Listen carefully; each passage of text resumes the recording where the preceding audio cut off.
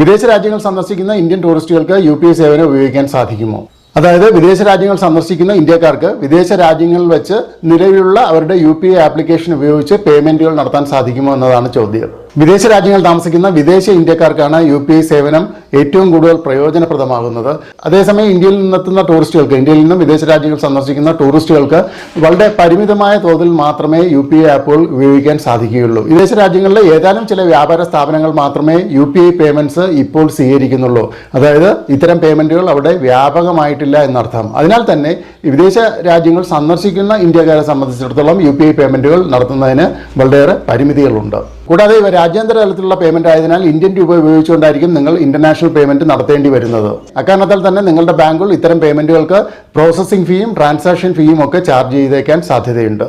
ഇതിനെല്ലാം പുറമെ നിങ്ങളുടെ UPI ആപ്പിന്റെ സെറ്റിംഗ്സിൽ ഇന്റർനാഷണൽ പേയ്മെന്റ്സ് നിങ്ങൾ ആക്ടിവേറ്റ് ചെയ്തിരിക്കേണ്ടതുണ്ട്, അത് എനേബിൾ ചെയ്തിരിക്കേണ്ടതുണ്ട്.